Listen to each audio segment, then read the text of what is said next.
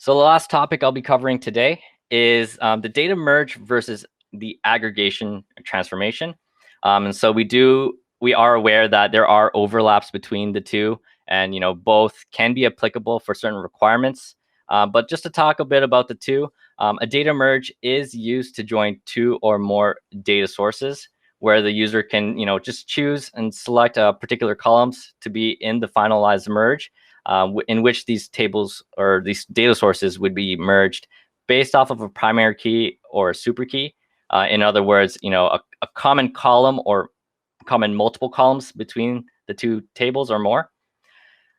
But something to note when using a data merge is that if your data sources contain a many-to-many relationship, the merge may result, or most likely will result, to duplicated rows. And so I know this is a topic that has been raised to us from our customer base. But if you were to go ahead and visualize this result on a dashboard, your counts may be double counted or triple counted, but nonetheless, they are not correct. And so that is a primary example of when not to use a data merge. And so to talk about the aggregation transformation, it is used to aggregate a single column from another data source that is, again, logically joined based off of a column or multiple columns. So it does, the logic behind the two are very similar. However, one thing that the aggregation transformation has over the data merge is that it is much easier to perform mathematical aggregation. So sums, averages, minimums, and maximums, and etc. And so which one should you use? Yes, they do have overlaps, but for this webinar, we will outline specific examples where each one should be exclusively applied.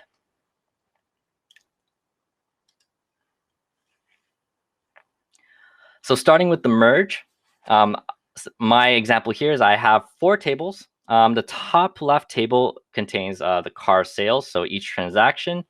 As you can see here, I do have car ID, a location ID, a sales day of when that car was sold, and the employee ID. However, because they're IDs, I don't know, there is a lot of missing information which are contained in other tables. So using the car IDs, for example, on the table on the top right, I do have a car ID table indicating that car ID A is under Mazda's Mazda brand. And then say, for example, the location 1, is in Canada, which is in the North American region. And same for employees. I have that information just spread out across multiple tables. But what I'm looking to do is have those fields or columns in a single data object that I can then use on a dashboard directly.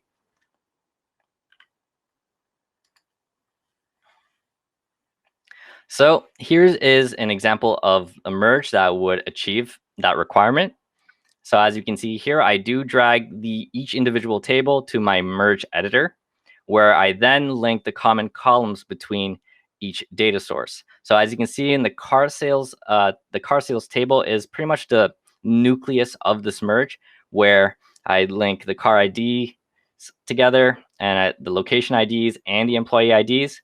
But as you can see on the left side of each column name, what I do is I deselect the ID columns, and simply because I'm not interested in interacting with those columns on the dashboard. So my merge as an end result will not include those columns, and it will only include the columns that are checked.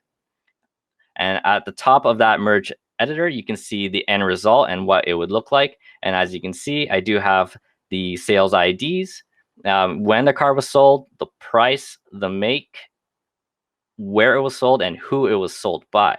So I can use these attributes on my dashboard directly now that I have merged them together.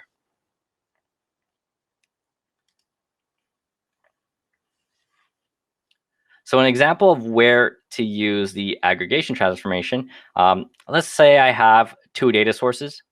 One, it represents car sales for 2017, and another data source represents car sales for 2016. They do have a similar structure in this case.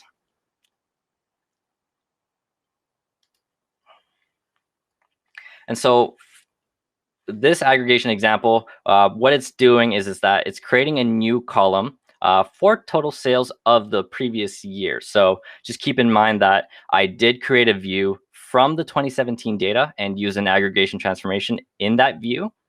And in the aggregation settings, I do reference the 2016 data and select that total price column for aggregating.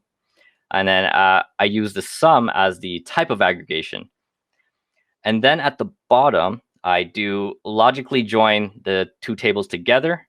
This is similar to how the merge works, but through drop down boxes. And as you can see, at the very first join, I do join it by year. However, something to note is that I am subtracting 1 year from the join. And so if I were not to do this, this aggregation would look to my 2016 data and look for data that falls under 2017, which doesn't exist. So if I didn't subtract 1 from it, it would not yield any result. So that's one crucial thing to note when using the aggregation transformation. And then month and day, those elements are consistent. So I could leave those as is. And as a result, you will see a new column. I called it total sales last year. And what this indicates is that for that corresponding month and day, so maybe taking the first row, for example, I have December 30th.